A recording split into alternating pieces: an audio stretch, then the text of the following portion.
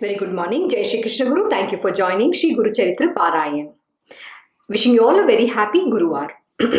Om Shri Om Shri Gurubhyo Namaha, Om Shri Ganeshaya Namaha, Om Shri Saraswataya Namaha, Om Shri Guru Dattatreya Namaha, Om Shri Mahalakshmi Namaha, Guru Brahma, Guru Vishnu, Guru Devo Maheshwaraha, Guru Sakshat Parabrahma, Tasmai Shri Guruve Namaha. Shri Guru Charitra Parayan. We'll continue from where we stopped yesterday. That is chapter 8, Sani Pradosha Vrata Mahatmya. So we did a story and we were going to start a new story in this, but I will just read the summary of what this chapter contains. In this chapter, Sripada Sri Vallabha teaches about the Sani Pradosha Puja Mahima to Ambika, who is in a state of desperation, came to the river with the intention of drowning herself along with her blockheaded son.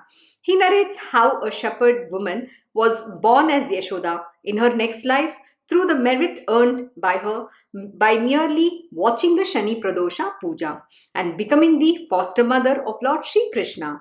Sripada Sri Vallabha also blessed the blockheaded son of Ambika and endowed him with all the shastric knowledge and wisdom. In this chapter is also described the emergence of the Mahakaleswar Jyotirlinga as a result of the Sani Pradosha Puja done with deep devotion by the shepherd-boy. So this is a recap. So let me continue with the story. Once upon a time, there lived a king named Chandrasena in Ujjain. He had a friend by name Manibhadra. So just to again remind you, this is an anecdote which is being narrated by Sripada Sri Vallabha to this lady, that is Ambika. He had a friend by name Manibhadra, an ascetic and who was deeply devoted to Lord Maheshwara. Lord Maheshwara, very much pleased with Manibhadra's devotion, gave him the celestial gem in the shape of Markanta Linga. This gem, by its mere touch, could turn iron into gold and fulfill any wish of the person who wore it. Manibhadra gifted the gem to Chandrasena, which brought great prosperity to his people and the kingdom.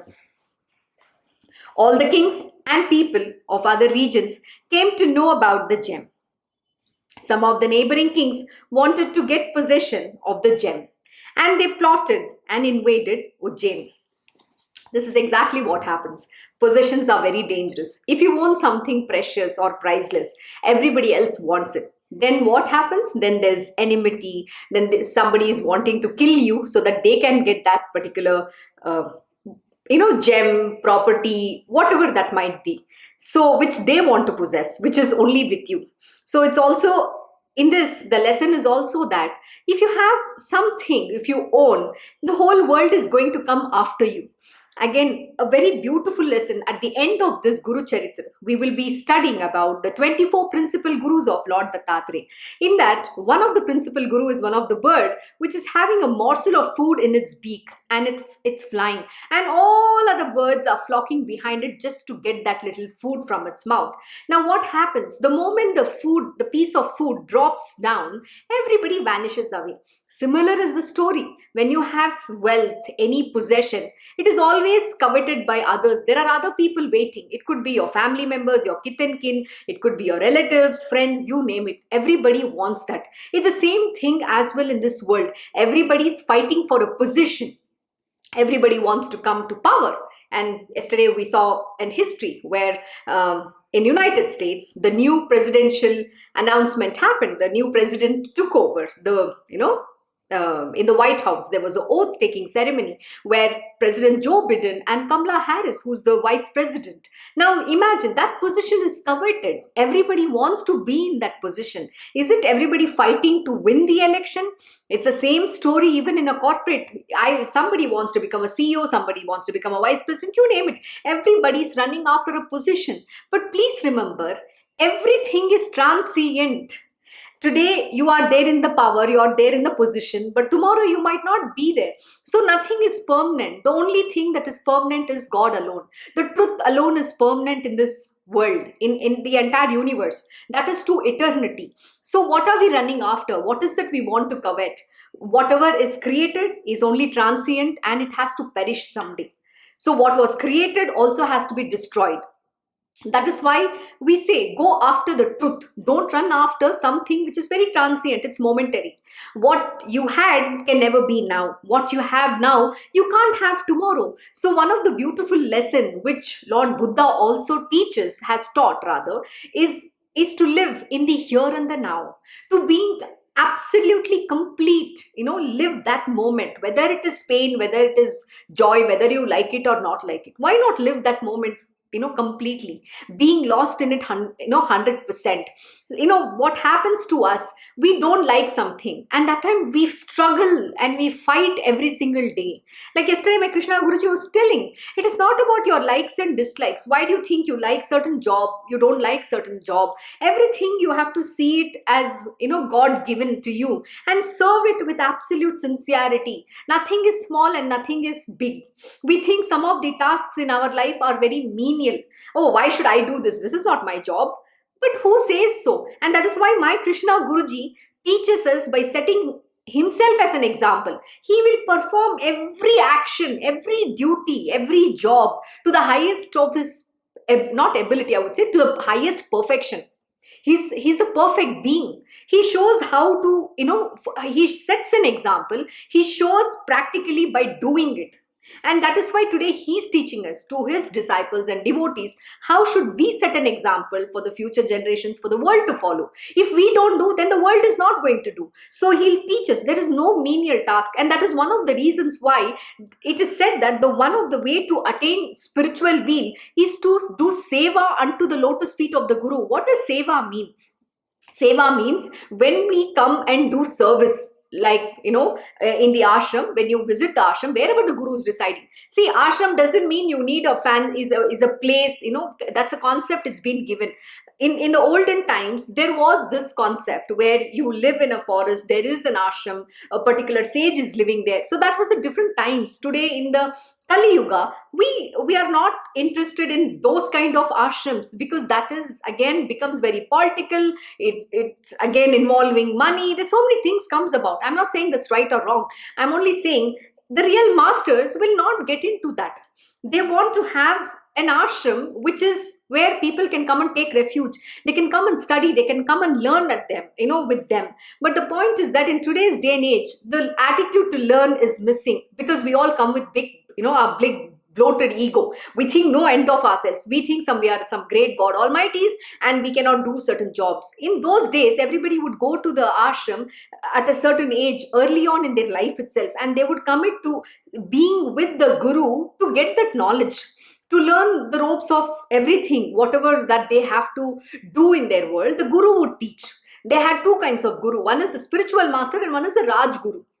The Raj Guru would teach the future kings how to rule the kingdom in the righteous manner. They would teach them the different arts.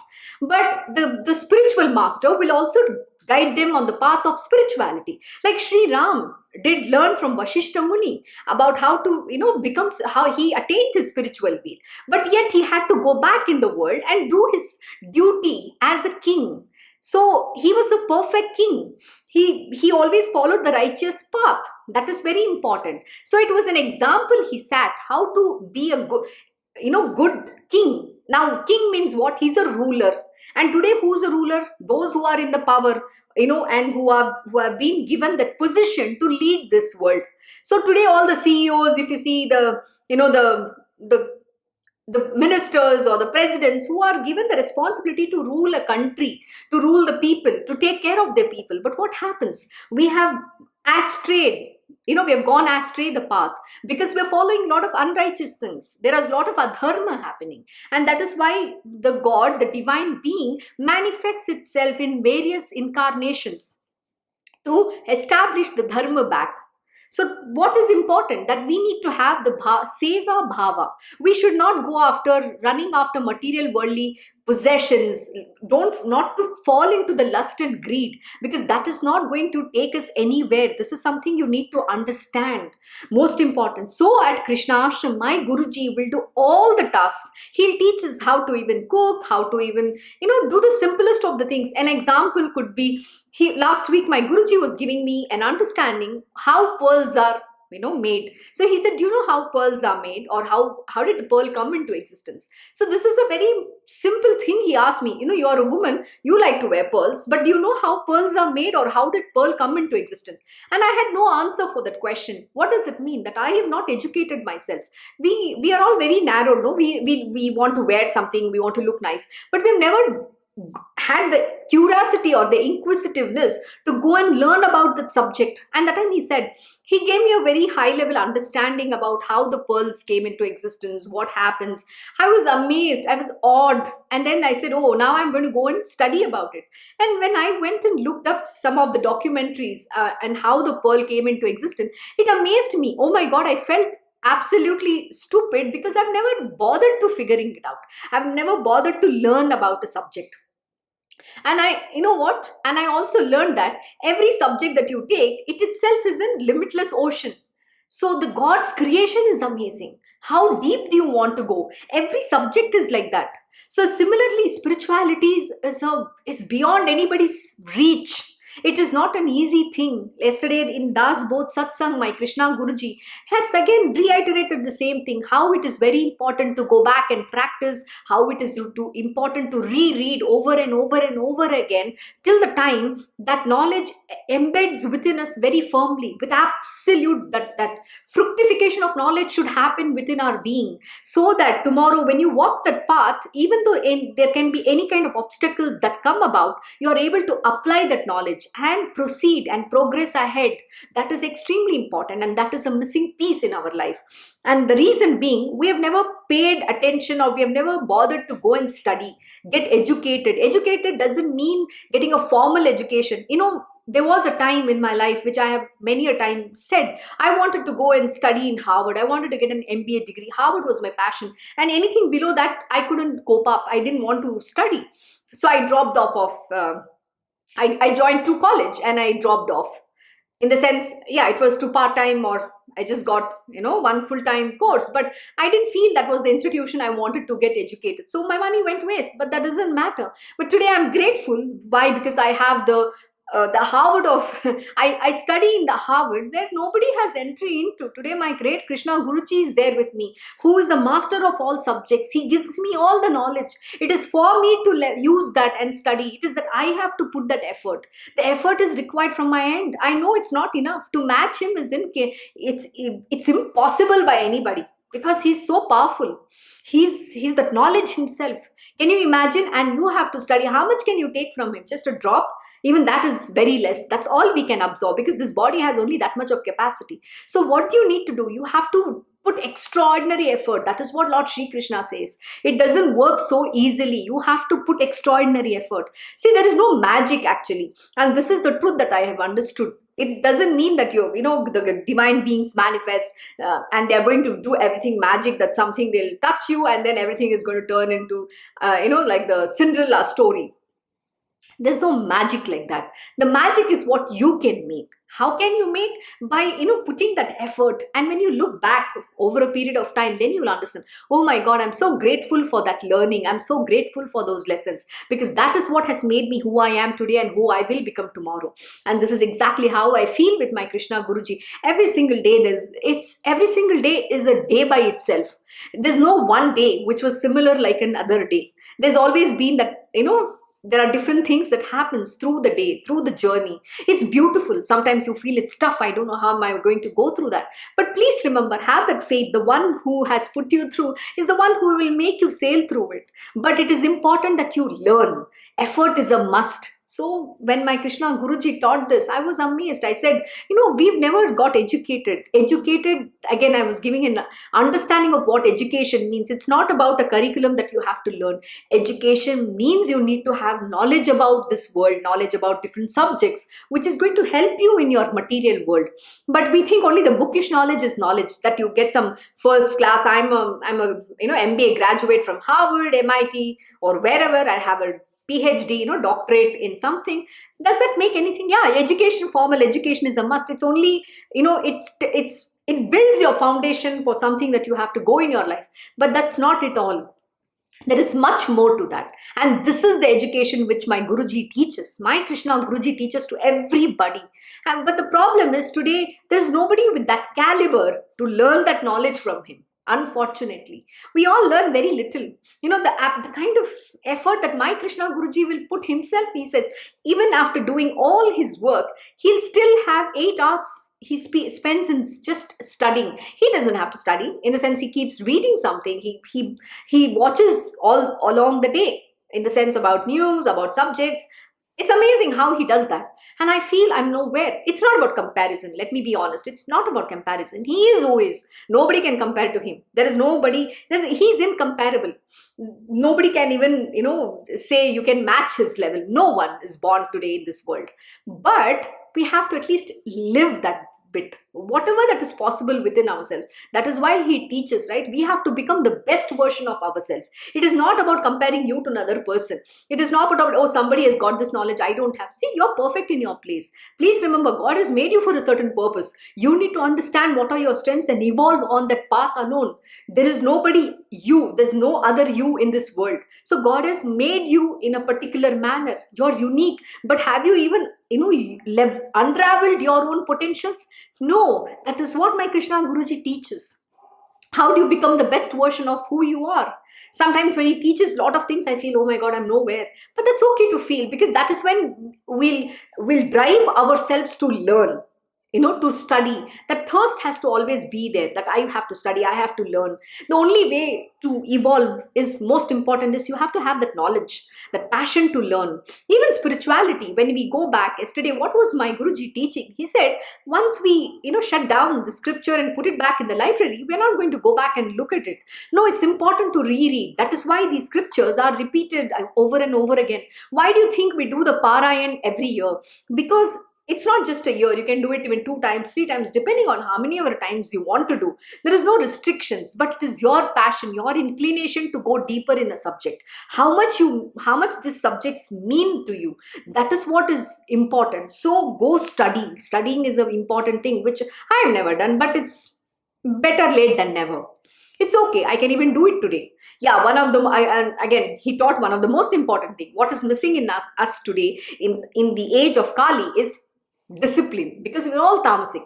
We're so indisciplined. That's where we fail. The first point of discipline itself, we fail. So what do we need to achieve is become disciplined in our life.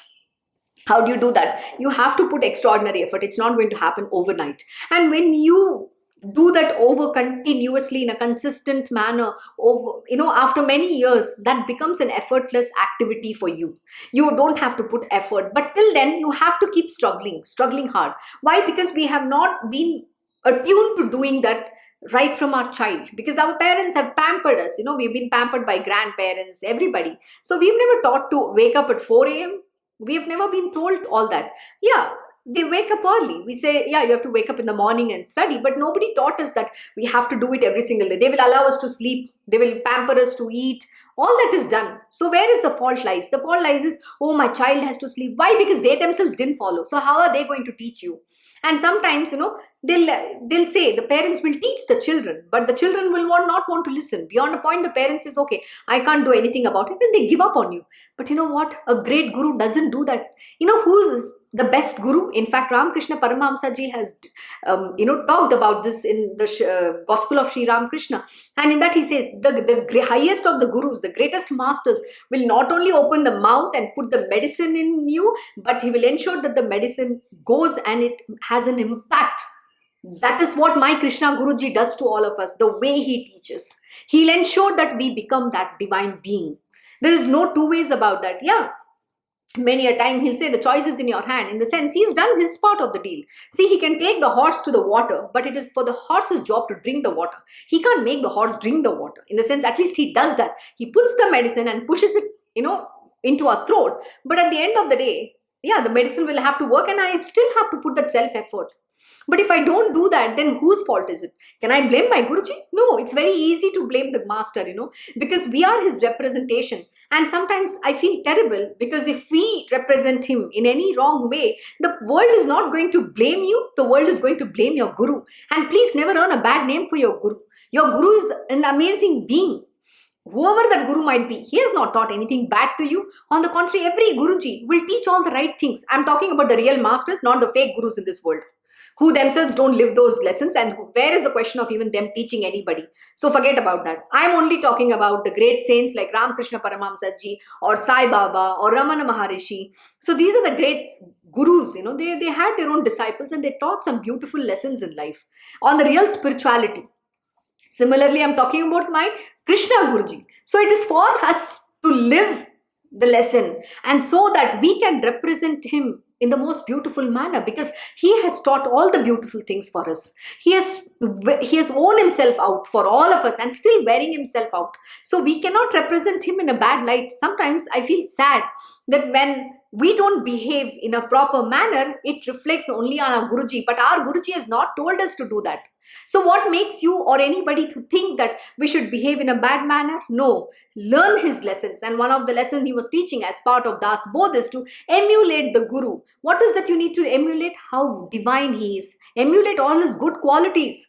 Don't become, that mean personality. Give up yourself and emulate what your Guru is. It's very important. And in this also, why the stories within stories? It is only to showing how to become divine, how to overcome. Sripada Sri Vallabha, what did he come and do as a manifestation? He's only teaching everybody, showing a path to the people.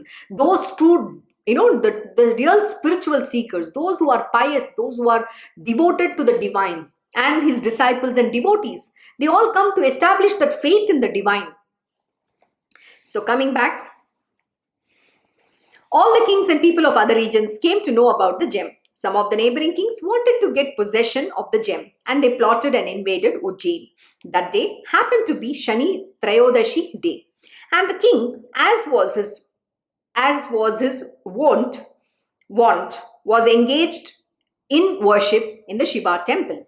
Although he was told about the invasion of his kingdom by the king's enemies, he remained unperturbed and unmoved, and did not leave from his place of worship. One of the cowherd boys saw the king's worship, and he also was seized with a desire to worship.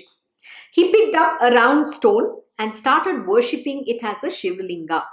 It was getting late in the night, but the boy remained totally absorbed in the puja. As is your faith, so are your experiences. Even the stone can convert itself into God. What is your faith?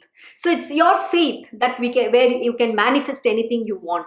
But first, to have that kind of faith, you need to become a pure being within your heart. Your mind cannot have any wrong thoughts, ill will, jealousy, avarice, anger, greed, desires. None of this can reside there. And when you have all of this, God cannot manifest in that place. Please remember.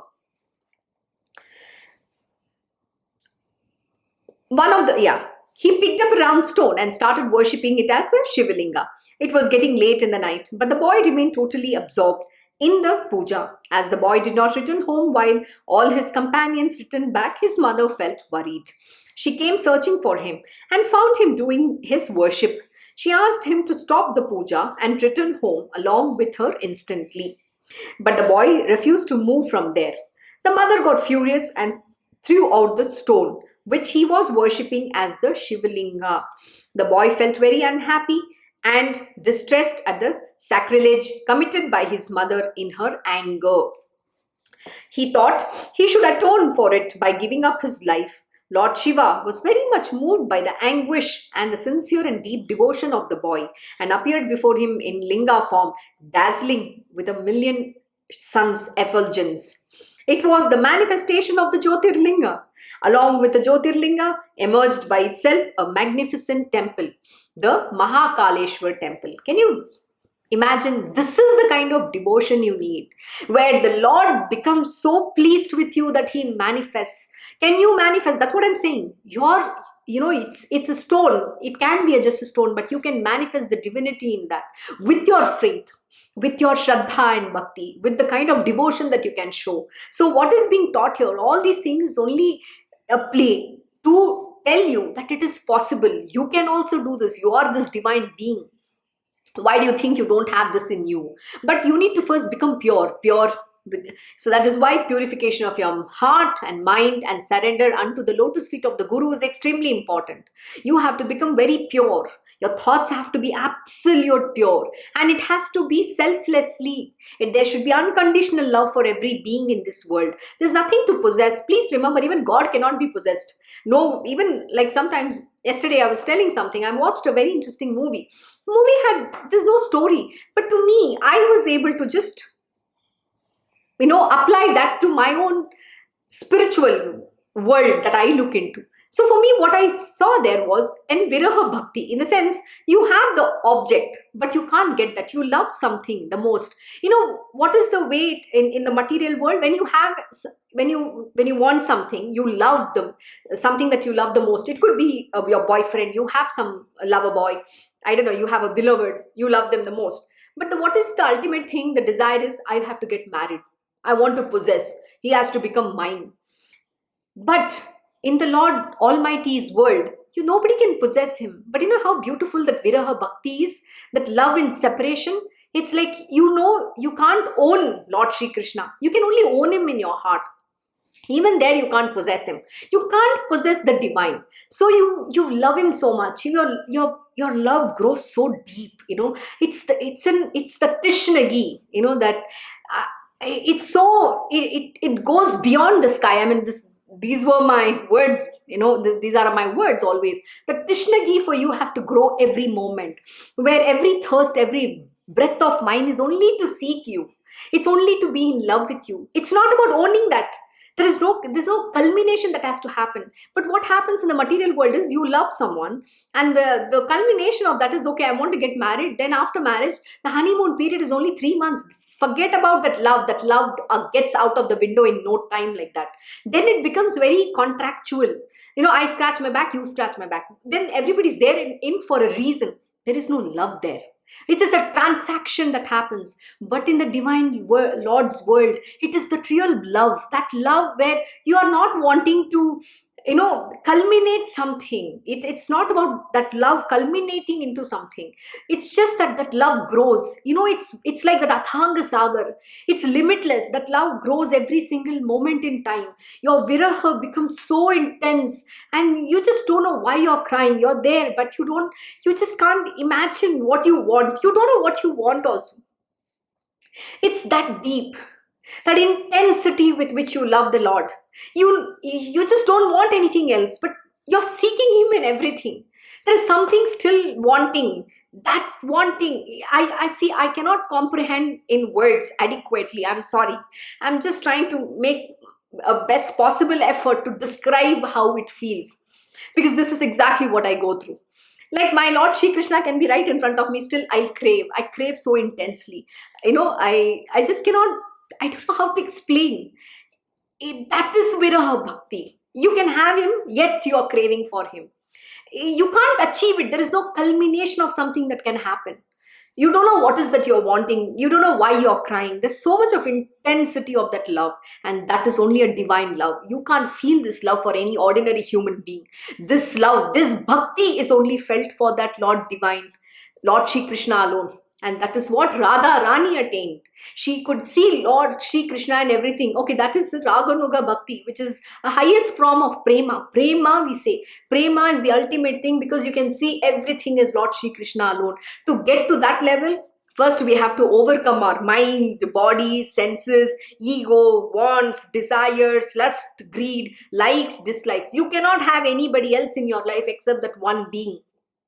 She made every pore of her being could only chant Lord Sri Krishna. She could only see Lord Sri Krishna in the Vrindavan. Everything had turned Lord Sri Krishna, including the calf, the cow, the trees, the bee. She would look at the bumblebee. There's a very beautiful story about how, I've actually narrated. I'm not going to go into the deep because there are too many stories we need to do.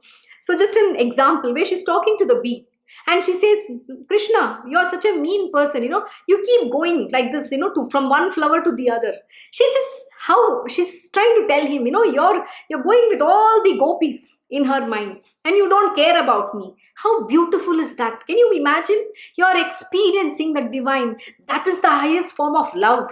It is not about getting that object. When you get that object, there is nothing in that, please let me tell you. But the crave to wanting that divine, it grows, and that is what has to happen. Every single day, your devotion will grow. It is so indescribable. Why you're crying, you don't know. See, people think it's emotion. I tell, don't be so stupid. It is not emotion, it is devotion. The tears that roll from your eyes is only an expression through this body. That is all it is. It is about expression. The expression happens in few ways, and it is beautifully explained in Srimad Bhagavatam. What are these expressions? Either you will cry, you will just be in a blissful state. You don't know what is happening to you, and you'll horripilate on your body. These are the expressions that happens within your, this body. That is all the form of expression is. There is nothing beyond that. And I know some people will say, oh, we laugh. I don't know what can you laugh about, but in devotion, I don't know if there is a law that viraha, it's tearing you apart inside. You want it, you so intensely you want it, and you just don't know what to do, because this is the object, but you can't have it. And can you believe that? But that love is the most profound love of all. I'm sorry, I can go on talking about this because it's my most favorite subject. So let me come back.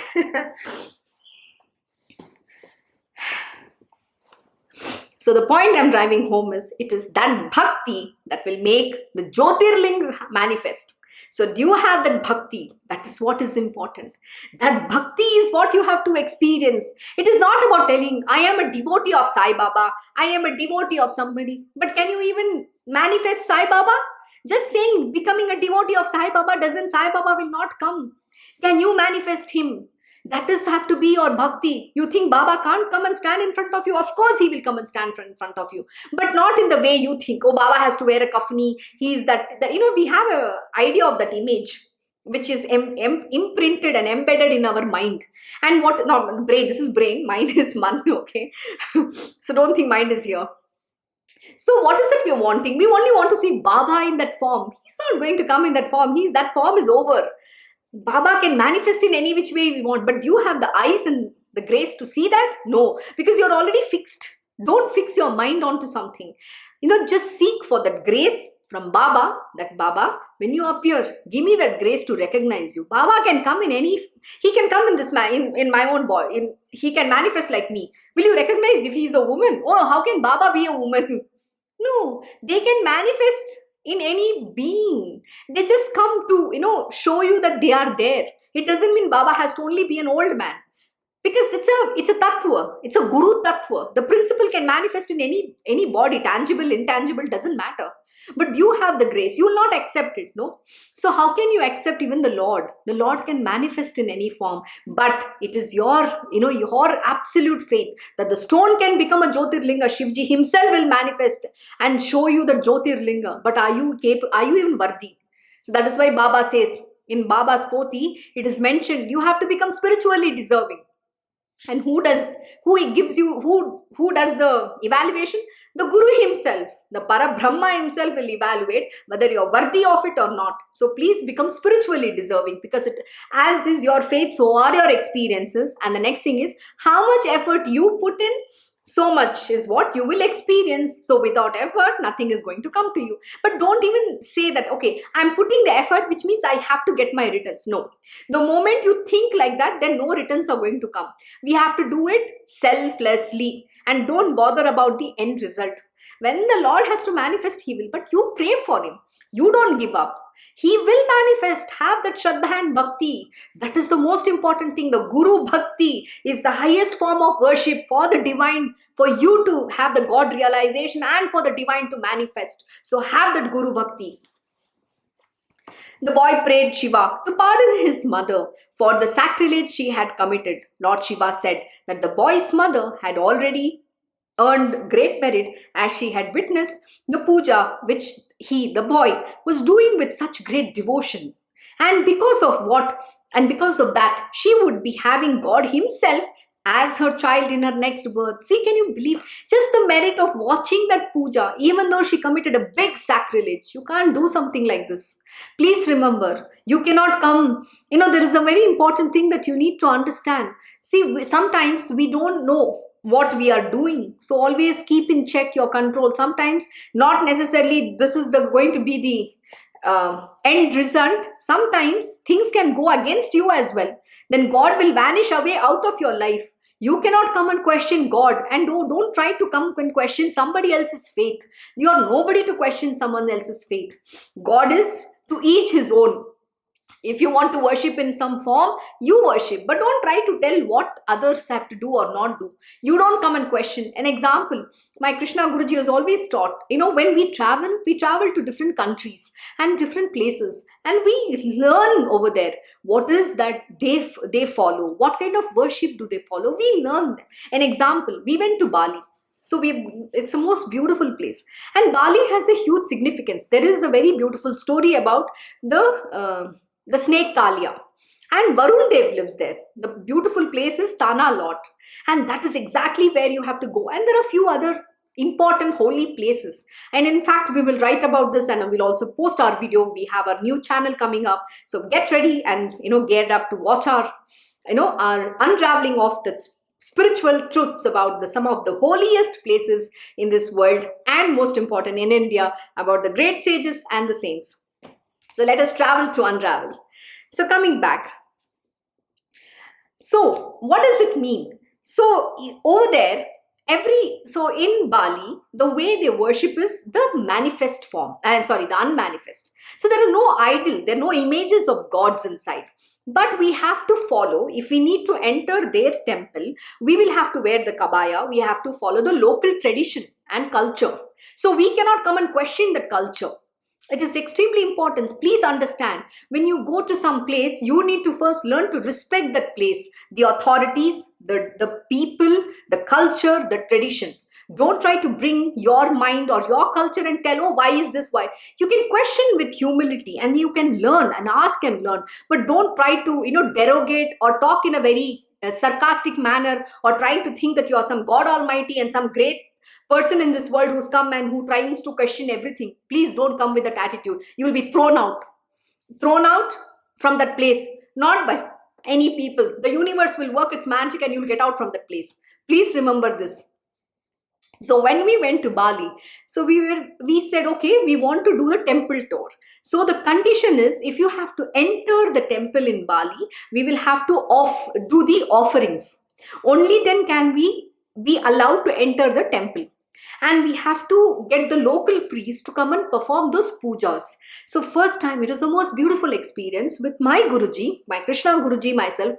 And very grateful. There's a very beautiful lady, again, a disciple of my Krishna Guruji, Vayan Patrini. So she was instrumental. Again, she was very kind to then, bring all these things, show us that, be the guide. She's a tourist guide, that's her profession. And she was so kind enough that she literally taught us everything. I mean, she showed us everything. She told us about how we need to do, what we need to do.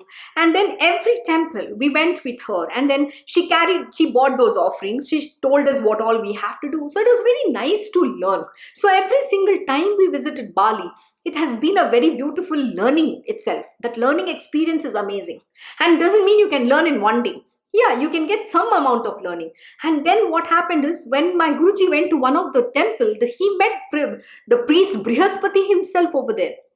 And he was talking about how the temple came into existence, what is that they have done. And also there's a Shivlinga which they have, I can't remember right, but I think the Shivlinga, they had bought it somewhere from India or Kailash, I don't remember. So I'm sorry, but I will come back to you on that. So he was showing all those idols and telling us what it is. So he felt very appreciated because we respected their culture, we followed their tradition. So he thought that people, if people come from other culture or other religion, they might not want to follow it. So when we showed, our humility, like my Krishna Guruji went and, bowed down to him and asked him questions, he was so humble enough in showing us around and explaining the real significance of it. So this was a very important lesson, that you don't come and throw your weight and ego and around thinking that you're some great some great being. So please remember to show your humility. First, respect other people's culture, what they do. Ask them, give them that respect. And this is a very important lesson that I learned. And when we did, so much of information came, so much of experience happened, lot of beautiful things, and it is very humbling to meet such divine beings who exist on this planet earth. So that is when you'll get the grace to meet these people. So a big lesson, don't try to take your knowledge or arrogance saying that, oh, I come from some great place, I know this, my land is this, I am some great thing. No, you're not great. Everybody is great in their own places. Learn to respect their culture, other people for who they are. And that's a very important lesson. Only then knowledge comes to you. And though my Guruji is all knowing, he touched the feet of this Brihaspati.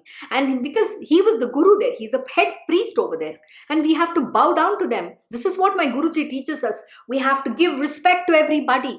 And when we have to offer our respect. So when we went, we did the same thing all around. And such beautiful things happened. So many experiences, so many beautiful lessons. People who don't get access to go into the temple, into the Tana lot. We were allowed to go there. Why? Because we followed their culture and the tradition. So that is when people will value you. So this is one important lesson. No matter where you travel, respect that local authority, people, position, because God has put them in that place. You are nobody to question that. Don't try to use your ego and tell, oh, I don't want to respect. Who is that they think they are? Don't ever do this. So my Krishna Guruji will always say, see, whether they are doing the right thing or not, that is not our business to judge. See, when God has given them that position and they are being put in that place, you have to respect them for who they are, no matter who they might be in your life or wherever you go. This is a very important lesson, and don't forget it ever. And if you want to get knowledge, show your humility, not your ego and arrogance. With ego and arrogance, no knowledge will enter you. Nobody even will open up to you.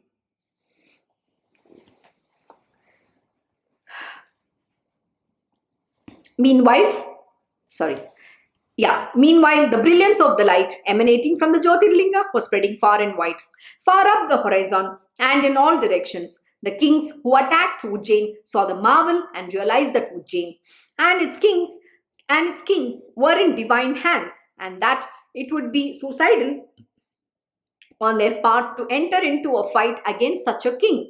So when you are a pious and devoted being, God himself protects you. Why? Because you're doing all the right things. Nothing, no calamity shall befall you. Please remember, God itself is the protector. You're under his firewall and his grace is always on you. No enemy nobody can even touch you. They can't even come closer to you. This is the way you need to earn the grace and devotion. But you have to be absolutely on the path of dharma and righteousness. You cannot astray. You cannot be mean. You cannot do anything wrong, say anything bad to anybody. My Krishna Guruji will always say this, it is how you behave is what happens to you. Don't ever, say anything bad against anybody, because look, everybody is into their own karma. Why do you want to fall into that? Why do you want to get into a karmic bondage with anybody else? So we are not here to change the world. First, change yourself. Be the change you want to see in the world.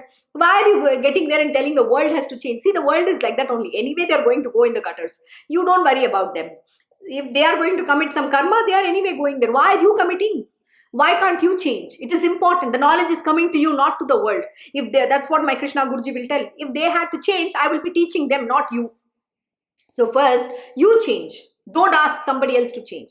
This is exactly what he tells me.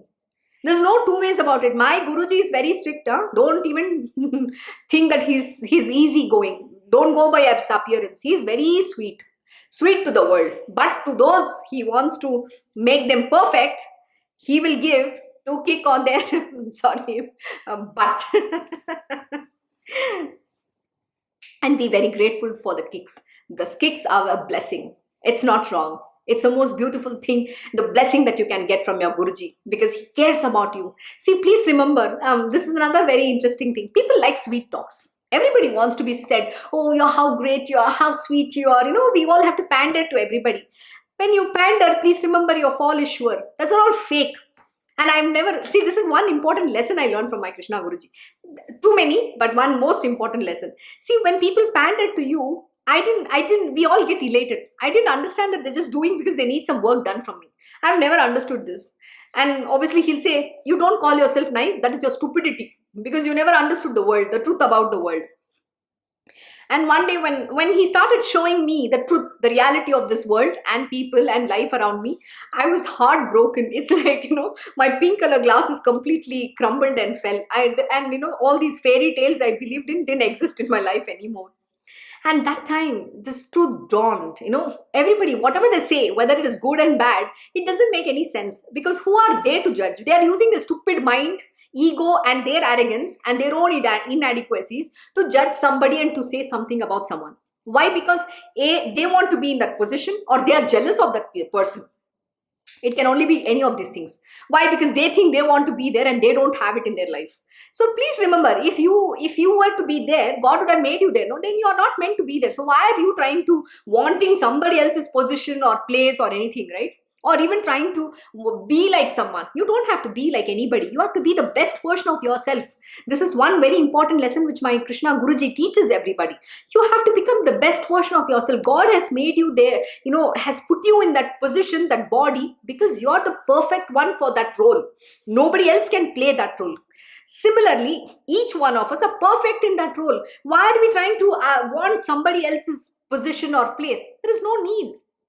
So, and that time, my Krishna Guruji taught that, if somebody is praising or somebody is saying something bad, it is only because it's their own, what is going on in their mind. So then I realized, oh my God, it's not for anybody to judge me. There's only one judge in this universe, which is the Lord Almighty. He needs to be pleased with me. I have to only please him, but not anybody else in this world. Please remember, I don't owe anything to anyone in this world, but I have to perform my duties as this body and to this people in this world in a selfless service. Only selflessly is what I have to do, not with an expectation that I need to get something or people have to be nice to me. And this is one thing that he keeps driving home the point. And don't get carried away by what somebody says nice to you, or if somebody is saying bad to you. Say in the corporate world, when we have to work, people will say a lot of people say a lot of things, and sometimes they'll tell you to do even a menial job. So does that mean you're become small, or have you lost your position? No. So my Krishna Guruji teaches this: no work is small or big. You have to be able to do everything because you have to see God in everything. He'll say, dirty your hands. Because if you're not hands-on, how will you set an example? Why does my Guruji have to do a lot of things? He doesn't have to. And in Bhagavad Gita, Lord Sri Krsna has very nicely explained, there's nothing for me to achieve in this world, yet I have to come and do so that I can set the example. Only then the world will follow me. The world will do. That is the only reason why these great beings, the great gurus, show how to live, how to set an example in this world. And we are his representation. Like my Krishna Guruji is God himself. He is his own representation. Can there be any fault in God? No, because we attribute God to be the most perfect being. So how can we, who are his reflection, can ever have this imperfection? So we have to strive for perfection. That is your goal. You have to make your life, you have to make yourself, that should be your life goal. Going towards that perfection and becoming as divine as possible, and overcome all this, vrittis, tendencies, whatever that you have. It's not easy, but is it impossible? No. When you have the Guru, what is not possible? Everything is possible, but you have to strive hard. Don't give up. It's okay. You might not, you might be failing 100 times, but get up and still run. That is what is more important. Someday you will get there. Like, in my case, like my Krishna Guruji will tell me, meditate. I've told him, you know what, my mind talks too much. I don't know how to meditate. And I was struggling. And one day he said very beautiful thing. He said, why stress yourself? You know what, just do it. Your job is to doing it. Don't worry about how the meditation happens, when it happens. If it has to happen, let the Lord make it happen. No, when he wants you to meditate, you will meditate. So why bother? But most important, you have to every single day sit for meditation. That is the sadhana you have to do. Whether the meditation happens or not is not in your hands. That is the point I'm trying to make. The end result is not in your hands, so don't bother about it. Doing alone is your right, but not expecting what is the end result going to be. The fruits of actions are never in your hands. It is for the Lord to bestow that upon you. Why are you bothered about it? What should be the outcome? So this is very important. So enjoy. Even somebody is giving you that menial task, do it. Why bother? Live that also. See, this moment will not come back again. You know what's the beauty of life? That this moment will not come back. What is there now will not be there. So I go through this. It's only for a momentary in time. So what makes you think that this is permanent? No, it is not. So God will be pleased. He wants you to learn certain lessons. You know what is a lesson he wants you to learn here? No job is small, no job is big. And if somebody is praising you and somebody is giving you, insulting you, both should not affect you. That equanimity, that state of equanimity is what you have to attain. And when you do all of this, please remember, you're the child of God.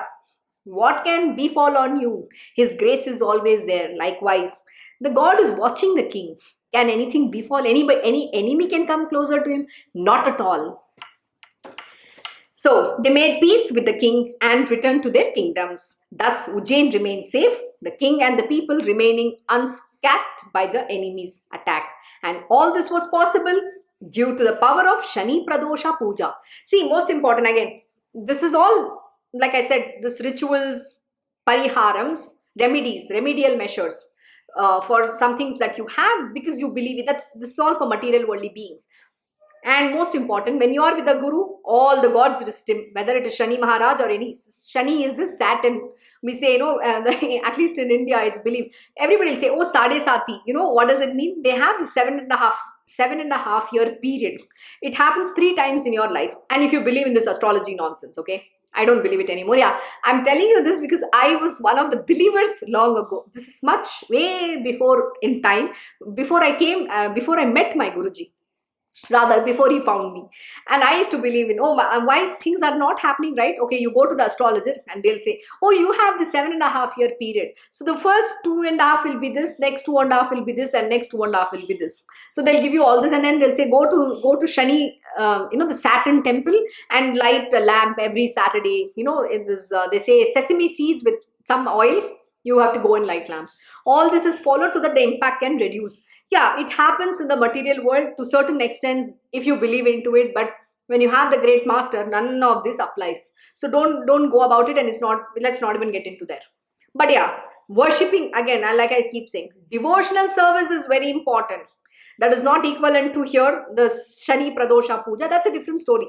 This is if you need some things in world, like I said, if you want something should happen, then they will instruct you, go do this. But the great gurus themselves will not do anything like this. And if you see any of the today's guru, they will do all this ritual nonsense. You can see anybody. They are all just believing this, and there's no shraddha in that also. That ritual also, they're doing it for a show off in the world. They are not serious about it. See, any prayer, why in Krishna Ashram here, we follow devotional service where it is bhakti. Whatever the prayers we do is ordained by Lord Sri Krsna himself. And that is the prayers we do. And it is bhakti, it's devotional service. And wait for the chapter in Uddhav Gita and you will learn what Lord Sri Krishna is instructing. How do you, worship him? How do you do devotional service to him? Look forward to it. So coming back, the king made the shepherd boy the ruler of the shepherd community and gifted him with many villages to rule. The shepherd boy's mother felt very penitent and for the sacrilege she had committed by casting away the stone. That is, she was regretting, she was repenting, which her son was worshipping with such great devotion. Having witnessed the emergence of the Jyotirlinga as a fruition and reward for the worship done by her child, she also was filled with great devotion. In her next birth, she was born as Yasoda Maya, as foretold by Lord Shiva. She became the foster mother of Lord Sri Krishna. This was the merit she earned by merely witnessing the Sani Pradosha Puja being done by her son. Had she done the puja herself, Lord Sri Krishna would have been born to herself as her own son. Sripada Sri Vallabha finally said to Ambika, if you do the Sani Pradosha Puja devotedly and regularly, you will certainly bear God Himself as your own child in your next life. Sripada Sri Vallabha then blessed Ambika's son with the mere touch of Sripada. The boy became fully enlightened. Wisdom and knowledge dawned on him. He became proficient in all the scriptures, making the mother happy in all measures. This is what you need to. What does it mean here? A simple example is that when you have evolved and when your Guruji blesses you, it is with his grace will you have God realization. Moksha Moolam Gurur Krupam. So nothing can happen without the Krupa of your Guru, only with your Guru's grace. So first, please the Parabrahman, and he is going to see how much you are going to strive for your purification. He needs to see the transformation in you. The moment he sees that ego, that anger, that avarice, jealous, envy, hatred, animosity, you are not going to go anywhere. Please remember, you will be there only, wherever you are. Till the time you don't overcome all of this, no God realization can happen. Your heart has to be pure, like the chaste divine being who is Lord Dattatreya's mother. That is Anusuya. You have to become the Dattatreya Muni and Anusuya for Datta to be born in you. So become that and let us evolve and have the God realization. Attain the Guru Bhakti and you will attain the Bhakti of your Ishta. Thus ends the 8th chapter of Sri Guru Charitra describing the Sani Pradosha Puja Mahimya. Glory to the all-merciful, the omnipresent and the ever-responsive Gurunath. So we end the chapter here. Today we are at the end of the hour, so we'll continue with the next chapter tomorrow. Thank you for joining Sri Guru Charitra Parayan. I'm wishing you all a very happy Guruvar and have a wonderful day. Om Shri Mahaganapate Namaha. Om Shri Gurudev Datta. Om Shri Sachidananda Sadguru Sainath Maharaj Ki Jai. Om Namo Bhagavate Vasudevaya. Digambara Digambara Shripad Vallabha Digambara. Om Shri Krishna Gurunathanatha Shri Guruve Namaha. Om Devi Durgaya Namaha. Om Shri Krishna Arpanam Namastu. Krishnam Vande Jagat Gurum.